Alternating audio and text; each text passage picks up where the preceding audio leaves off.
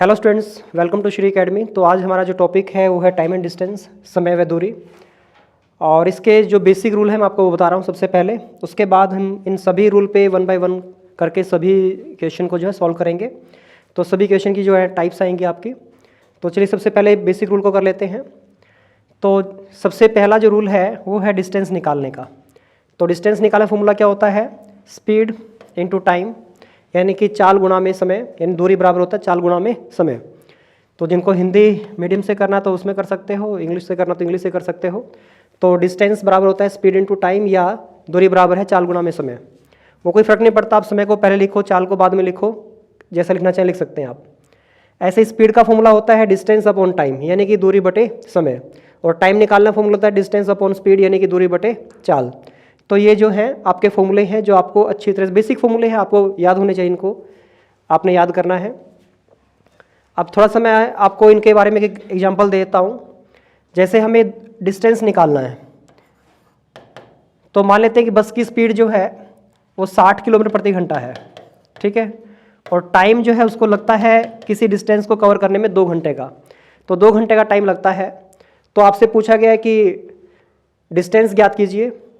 तो देखो स्पीड क्या होती है, पहले तो आप ये देखो कि स्पीड होती क्या है। स्पीड का मतलब होता है 1 घंटे में कवर की गई डिस्टेंस। जैसे यहाँ पे है कि स्पीड है 60 किलोमीटर पर आवर, यानी कि 1 घंटे में कवर की गई डिस्टेंस को ही स्पीड कहा जाता है। तो हम स्पीड को टाइम से मल्टीप्लाई कर देंगे तो डिस्टेंस आ जाएगा, यानी कि वो बस जो है 1 घंटे में 60 कवर कर रही है, 60 किलोमीटर। तो 2 घंटे में कितना कवर करेगी? 120 किलोमीटर। तो डिस्टेंस कितना आ जाएगी? 120 किलोमीटर, यानी कि स्पीड इंटू टाइम ये आपका डिस्टेंस का फॉर्मूला हो गया। ऐसे एक और एग्जांपल ले लेते हैं। अब नेक्स्ट एग्जांपल जो है चाल निकालने का ले लेते हैं। तो चाल निकालने का पहले तो आपको दूरी दी मिलेगी इसमें, तो डिस्टेंस आपको दी मिलेगी। डिस्टेंस मान लेते हैं कि एक डिस्टेंस जो है 480 किलोमीटर है। और एक बस की जो स्पीड है, सॉरी टाइम जो है एक बस का, क्योंकि हमें स्पीड निकालनी है तो टाइम ले लेते हैं। तो एक बस ने जो है टाइम जो लिया है इस डिस्टेंस को कवर करने में, वो 6 घंटे का टाइम लिया है, 6 आवर्स का टाइम लिया है। और आपसे स्पीड पूछी गई कि उस बस की स्पीड बताइए क्या है, ठीक है। तो डिस्टेंस दे रखा है, टाइम दे रखा है, स्पीड निकालनी है आपको। तो स्पीड निकालने के लिए हम ये फॉर्मूला अप्लाई करेंगे, दूरी बटे समय या डिस्टेंस अपॉन टाइम। तो डिस्टेंस इसमें क्या ले रहे हैं हम? 480 किलोमीटर। टाइम कितना है? 6 घंटे। तो 6 8 48, तो स्पीड कितनी आ जाएगी? 80 किलोमीटर पर आवर, ठीक है। एक बार मैं बेसिक करवा रहा हूँ, हम डिटेल में भी जाएंगे, टाइप भी करेंगे क्वेश्चन की, लेकिन एक बार बेसिक होना बहुत जरूरी है। तो एक बार बेसिक कर लेते हैं, 10-15 मिनट में बेसिक पूरा हो जाएगा। उसके बाद हम मेन टाइप भी जो है शुरू करेंगे।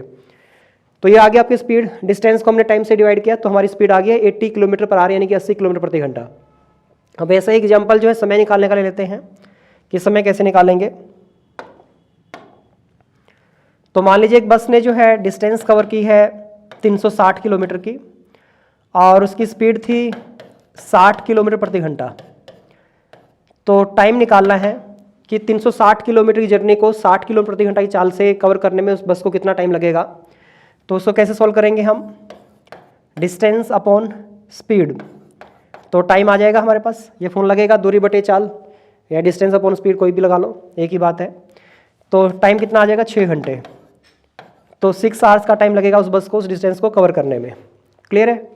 तो ये थे हमारे बेसिक जो स्टार्टिंग मैंने बताया आपको 3 फॉर्मूले। अब इनको ले लेते हैं वन बाय वन, इनका भी एक एक रूल कर लेते हैं। तो एक एक एग्जांपल करेंगे तो आपको अच्छी तरह क्लियर समझ में आ जाएगा।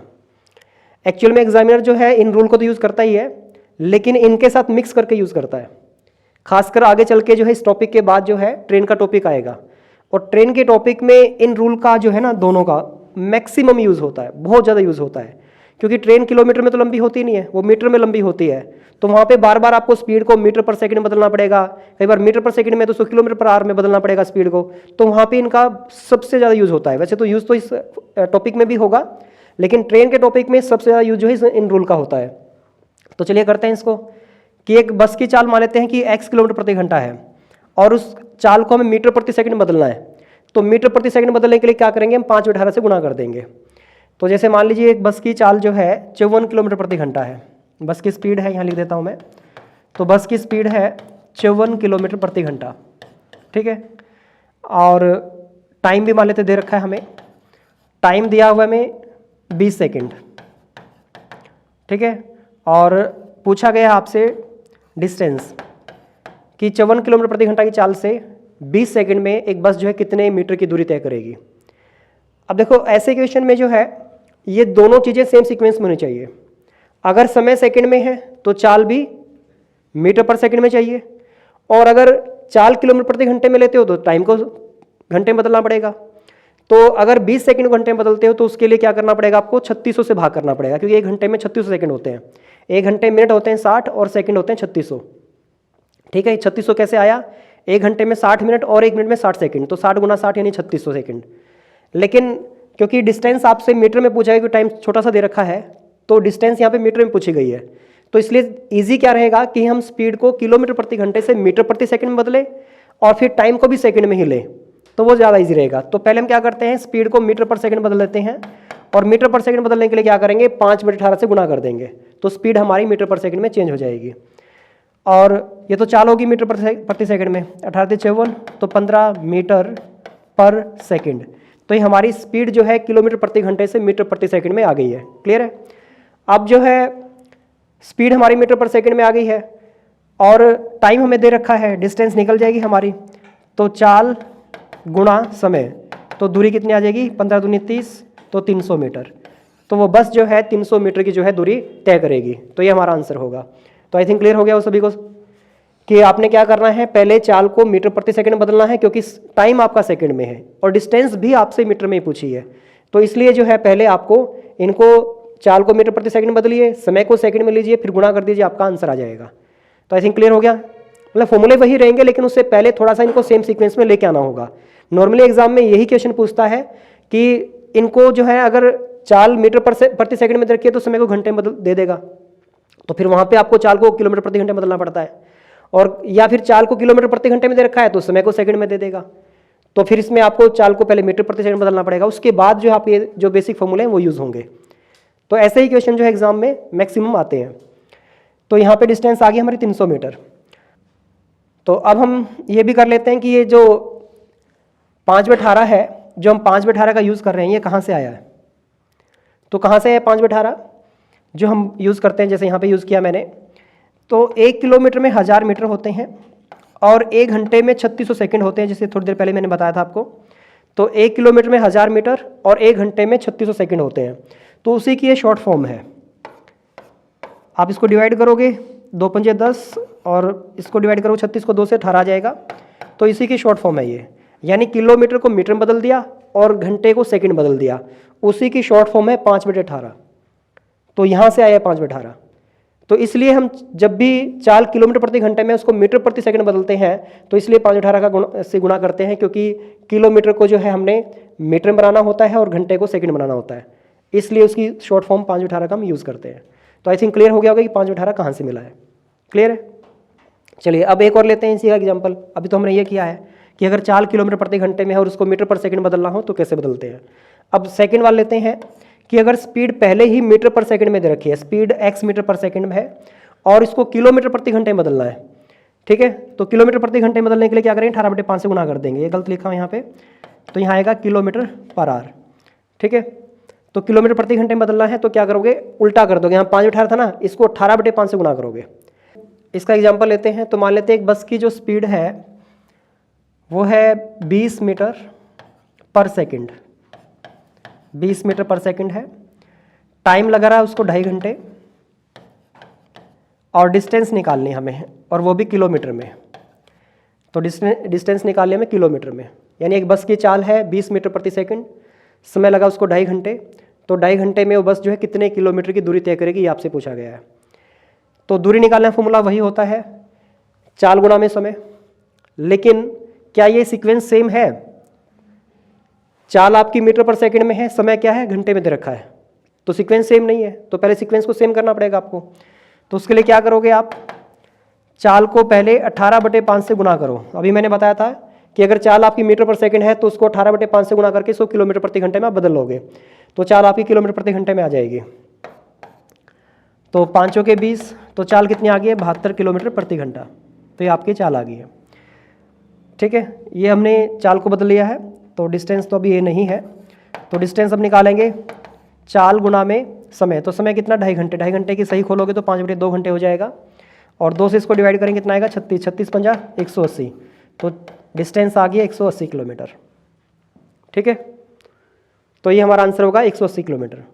तो वो बस जो है 20 मीटर प्रति सेकंड की चाल से 2.5 घंटे में कितना डिस्टेंस कवर करेगी, 180 किलोमीटर की डिस्टेंस जो है वो कवर करेगी।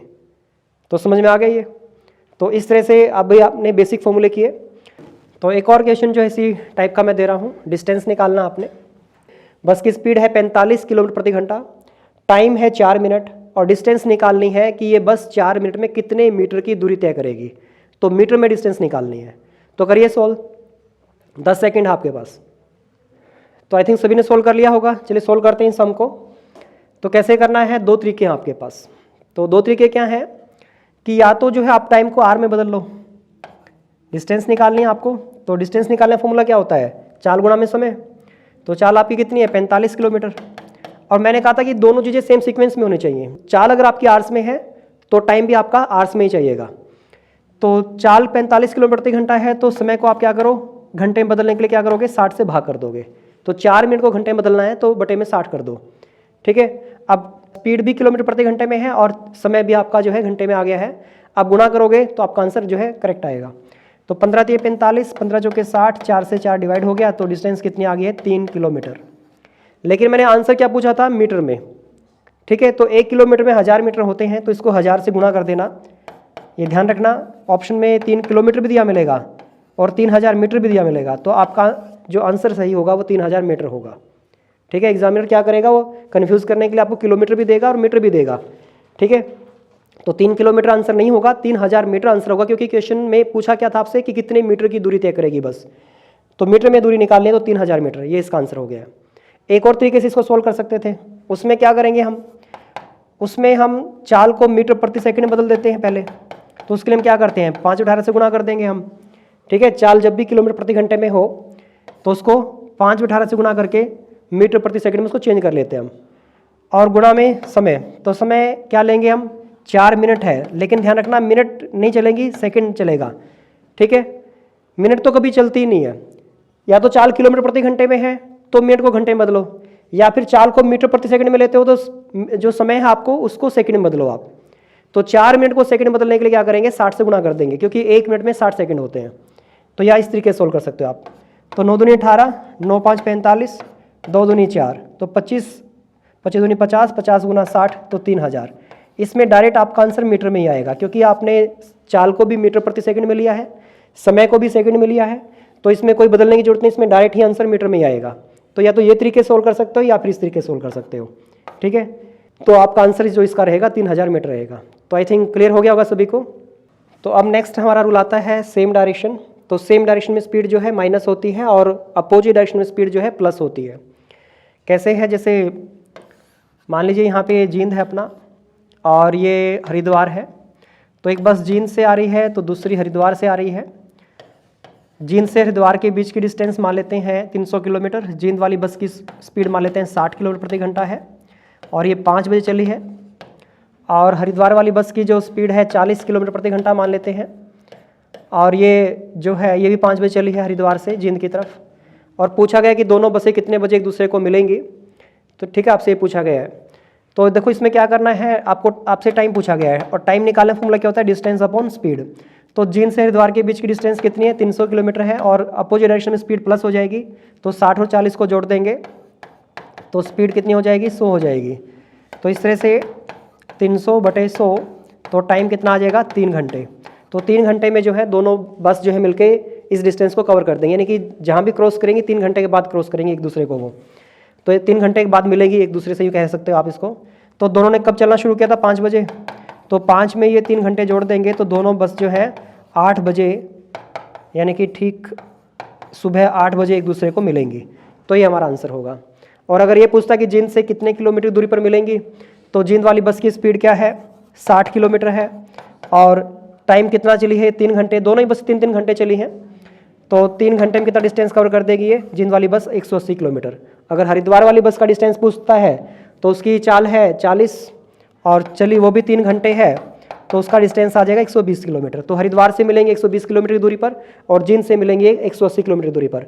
तो लगभग जो है आप यह कह सकते हो कि ये यहाँ से मिलेंगी, तो ये बस जींद की यहाँ पहुँच जाएगी, ये यहाँ पहुँच जाएगी, तो यहाँ पे 8 बज चुके होंगे और ये डिस्टेंस 180 किलोमीटर है और ये कितनी रह जाएगी 120 किलोमीटर। तो आई थिंक क्लियर हो गया होगा।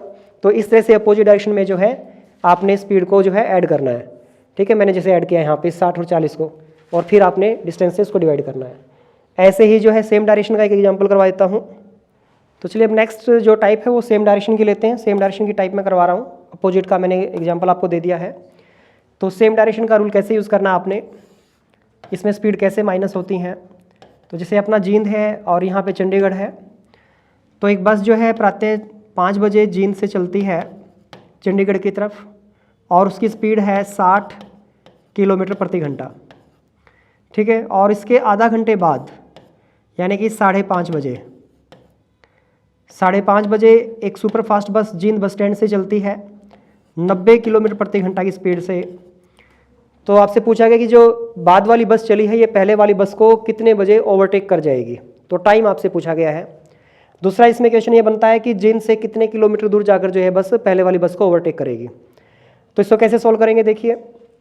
तो ऐसे क्वेश्चन में क्या करना है कि यहाँ पे डिस्टेंस नहीं दी होती है, तो इसमें क्या करना है कि जो बस पहले चली उसको पहले चलाइए आप, वही आपको डिस्टेंस मिलेगी वहीं से। तो ये चली है 5 बजे, ये चली है 5:30, यानी ये आधा घंटा पहले चली है, तो इसको आधा घंटा चलाओ पहले वाली बस को, ये लोकल बस है आपकी। तो ये चलती है 60 किलोमीटर प्रति घंटा की चाल से, और चाल का मतलब मैंने क्या बताया था, चाल होती है 1 घंटे में कवर की गई डिस्टेंस। तो इसकी चाल 60 किलोमीटर प्रति घंटा है, तो यानी इसका मतलब ये 1 घंटे में 60 किलोमीटर कवर करती है। तो आधा घंटा में कितने कवर करेगी ये, 30 किलोमीटर, 60 का आधा कर दो। तो जब तक इस बस ने चलना शुरू किया तब तक पहले वाली बस जो है जींद से नगुरा के आसपास पहुंच चुकी थी, यानी कि 30 किलोमीटर वो कवर कर चुकी थी। तो ये बस अभी भी जींद बस स्टैंड पे खड़ी है और ये लोकल बस जो है अब यहाँ पहुँच चुकी है। अब 5:30 बज चुके हैं तो इसने चलना शुरू कर दिया है। अब सेम डायरेक्शन है तो स्पीड माइनस हो जाएगी।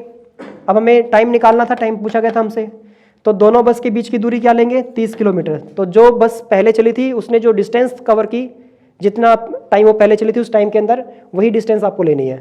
तो दोनों बस के बीच की डिस्टेंस क्या है, 30 किलोमीटर। और अब दोनों बस की स्पीड लेंगे हम, स्पीड क्या करेंगे, माइनस कर देंगे। तो समान दिशा में चाल माइनस क्यों करते हैं, क्योंकि ये बस भी 60 की स्पीड से जा रही है और ये 90 की स्पीड से उसके पीछे पीछे आ रही है, और 30 किलोमीटर चलने के बाद वो रुकी नहीं है, आगे भी चल रही है अपनी स्पीड से। तो अगर ये बस उसको ओवरटेक करेगी तो इसके पीछे रीजन क्या है, क्योंकि इस बस की स्पीड पहले वाली बस से 30 किलोमीटर प्रति घंटा ज़्यादा है। तो जो जितनी स्पीड ज़्यादा है उसी से ये उसको ओवरटेक करेगी, क्योंकि 60 से तो वो भी चल रही है ना आगे आगे, तो 60 की स्पीड तो इसकी माइनस करती जाएगी वो, तो इसलिए सेम डायरेक्शन में स्पीड माइनस होती है। तो 90 माइनस 60, तो 90 माइनस 60 तो 30/30 आ जाएगा, तो टाइम आ जाएगा 1 घंटा, यानी ठीक 1 घंटे बाद ये बस उस बस को जो है ओवरटेक कर जाएगी।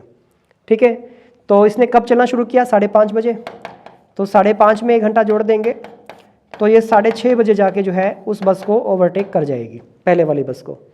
तो आपसे पूछे कि कितने किलोमीटर दूर जाके ओवरटेक करेगी, तो इस बस की स्पीड क्या है, 90, डिस्टेंस हम निकाल रहे हैं तो चाल गुणा में समय, तो 90 की स्पीड चल रही है और चली कितनी है, 1 घंटा।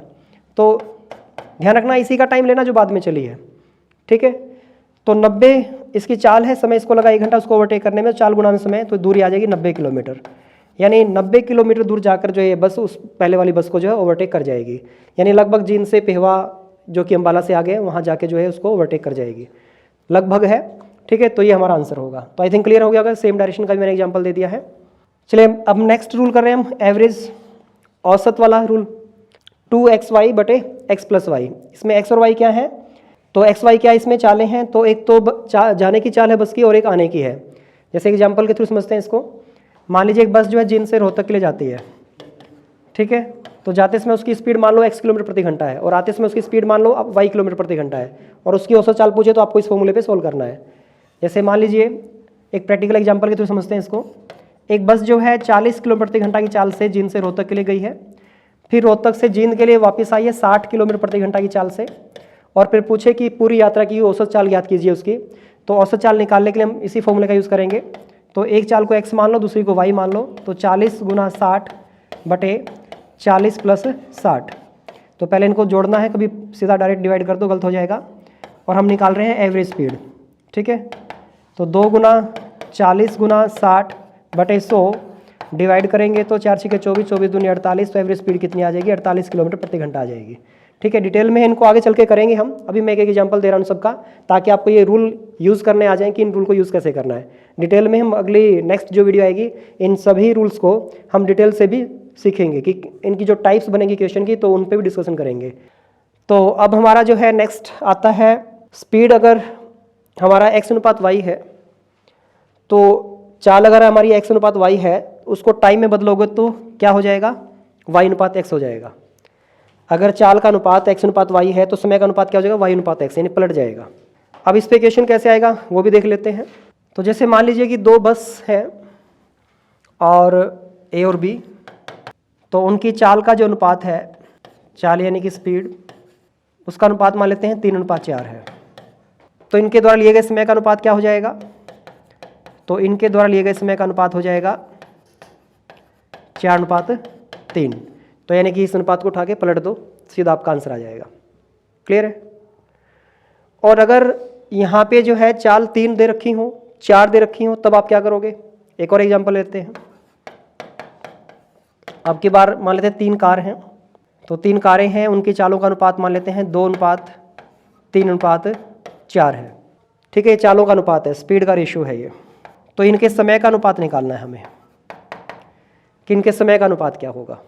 तो कैसे करेंगे हम? अब 2 था तो हमने सीधा पलट दिया। अगर रेशियो में 3 आ जाए, 4 आ जाए, मान लो एक और कार होती D और यहाँ पे रेशियो 5 और होता है, इस तरह से कुछ भी ले लो, तो फिर आप डायरेक्ट नहीं पलट सकते हैं। फिर आपको क्या करना पड़ेगा? या तो इनको 1/2, 1/3, 1/4 ऐसे पलट लो, लेकिन वो भी लेंथी हो जाएगा, इतना टाइम हमारे पास नहीं होता एग्जाम में। तो इसका सिंपल सा तरीका बता रहा हूँ आपको।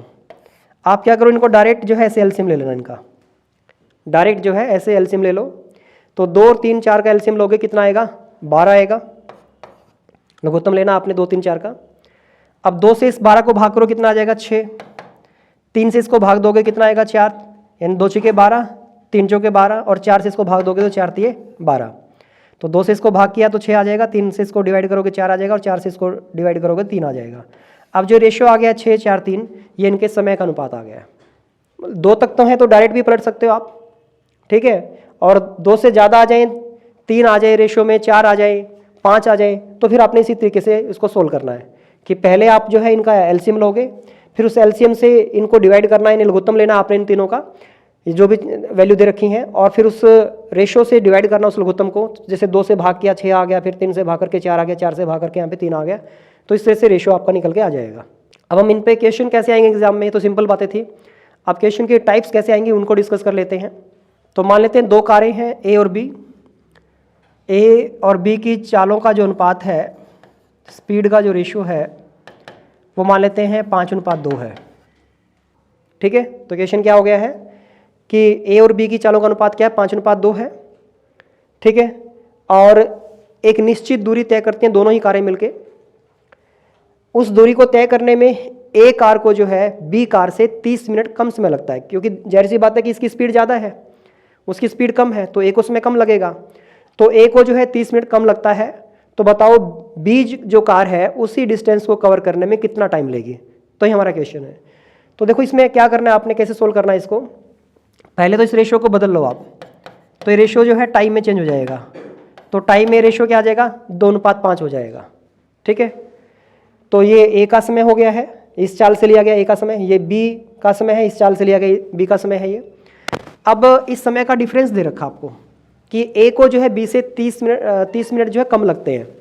तो पहले आप रेशियो में देखो कि A को B से कितना टाइम कम लग रहा है रेशियो में। तो कितना लग रहा है? इन दोनों का डिफरेंस कितना है? 3 यूनिट का है। तो A को जो है B से 3 यूनिट कम समय लग रहा है, और एक्चुअल में कितना कम समय लग रहा है? 30 मिनट। तो 3 यूनिट की वैल्यू कितनी हो गई है? 30 हो गई है। और 3 से इसको भाग करें तो 1 यूनिट की वैल्यू कितनी आ जाएगी? 10 आ जाएगी।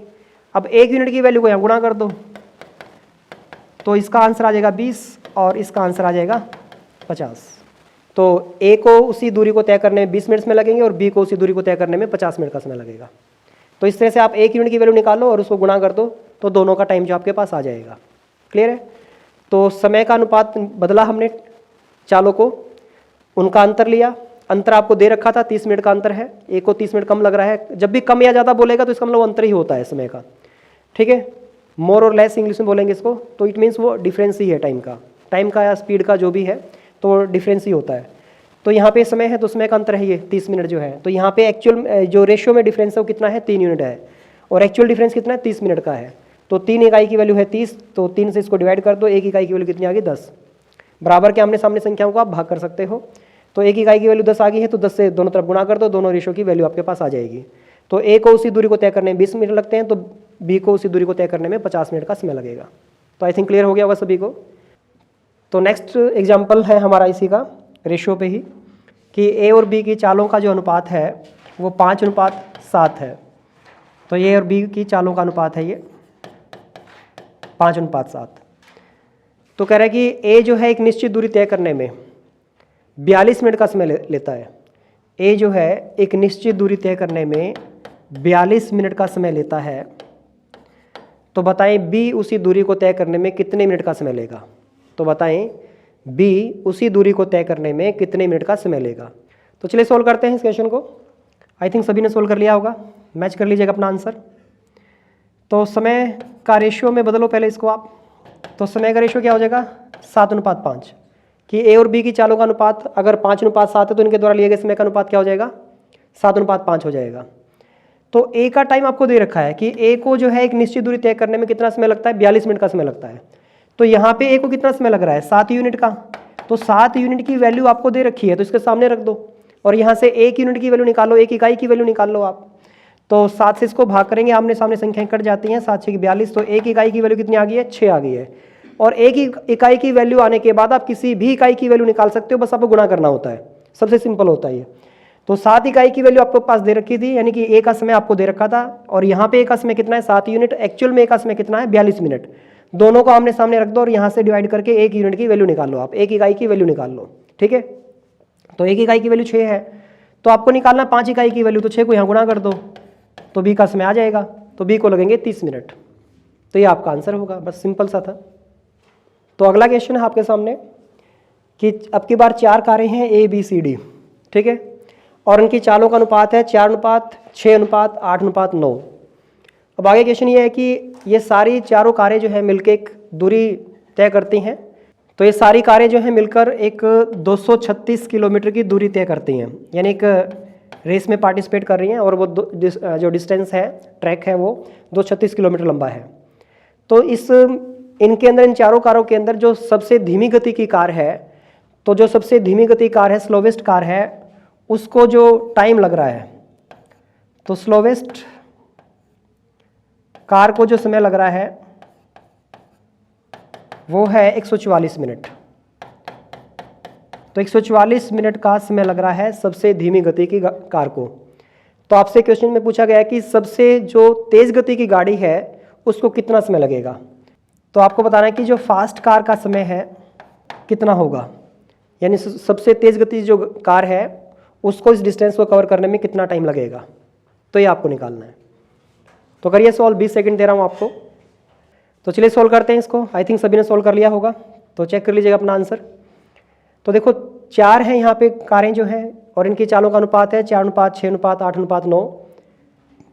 तो इसमें क्या करना, आपने इनका एलसीएम लेना पड़ेगा आपको। इनको डायरेक्ट आप चेंज नहीं कर सकते हो, इनका एलसीएम लेना पड़ेगा टाइम निकालने के लिए। तो टाइम का रेशियो निकाल रहे हैं, तो इनका एलसीएम कितना आ जाएगा आपका, 72। तो इसका एलसीएम आ जाएगा 72 यानी 72। और 4 से इसको भाग करते हैं, तो 4 से इसको भाग करेंगे 18 चौक 72 होता है। 6 से भाग करेंगे 12 6 72। 8 से इसको भाग देंगे तो 8 9 72 और 9 8 72। तो ये जो रेशियो आएगा ये टाइम का रेशियो आ जाएगा इनका, 18:12:9:8, ठीक है। अब इसमें सबसे जो धीमी गति की कार है वो क्या है, इसकी स्पीड सबसे कम है, 4 यूनिट है इसकी स्पीड, ठीक है, बाकी स्पीड तो इससे ज़्यादा ही है। तो इस कार का जो है टाइम आपको दे रखा है कितना है, 144 मिनट, ये दिया हुआ है, ठीक है। तो 18 यूनिट की वैल्यू आपको दे रखी है, कितनी है, 144 मिनट है। 18 से इसको डिवाइड करते हैं, 18 8 144, तो 1 यूनिट की वैल्यू कितनी आ गई है, 8 आ गई है। और 1 यूनिट की वैल्यू आने के बाद आप किसी भी यूनिट की वैल्यू निकाल सकते हो, बस आपको गुणा करना है। तो 1 यूनिट की वैल्यू 8 है, तो हमसे पूछा कि सबसे तेज गति वाली गाड़ी का टाइम, तो इसका टाइम रेशियो में क्या है, 8 यूनिट। सबसे तेज गति की गाड़ी ये है, ठीक है। इसका स्पीड जो है 9 यूनिट है, सबसे ज़्यादा इसी की स्पीड है। तो इसका टाइम क्या है, 8 यूनिट है, यानी 8 रेशियो है। तो 1 यूनिट की वैल्यू 8 है, तो 8 यूनिट की वैल्यू क्या होगी, 64। तो 64 मिनट जो है इसको लगेंगे सबसे तेज़ गति वाली गाड़ी को उसी डिस्टेंस को कवर करने में। इसमें जो 236 किलोमीटर दे रखा था, इसका कुछ नहीं था यूज़ करना, ये जस्ट कन्फ्यूज़ करने के लिए था आपको। इसका कोई यूज़ नहीं है, डायरेक्ट आप जो है रेशियो के तरीके से इस सम को सोल्व कर सकते हैं। तो आई थिंक क्लियर हो गया होगा ये सम। तो आज ये वीडियो यहीं पे कंप्लीट करते हैं। नेक्स्ट जो क्लास होगी आपकी, इन्हीं को हम जो है, अभी मैंने आज बेसिक बताया आपको, अब इन्हीं रूल्स को 1 बाय 1 फिर से डिटेल से लेंगे और इनकी जो जितनी भी तरह की टाइप्स होंगी उन सबको हम कवर करेंगे नेक्स्ट जो वीडियो में है। और सभी रूल्स को फिर से डिटेल से हम करेंगे, उसमें डिटेल वाली टाइप आएंगी। और जितनी मैं टाइप्स करवा रहा हूँ, अगर आप उनको अच्छी तरह से कर लेते हैं तो ये गारंटी है कि क्वेश्चन आपका टाइम एंड डिस्टेंस के बाहर से नहीं आएगा। जो मैं टाइप्स करवा रहा हूँ उन्हीं के अंदर से ना कोई आपको टाइप दी हुई मिलेगी। तो thank you students for watching this video. तो मिलते हैं नेक्स्ट लेक्चर में।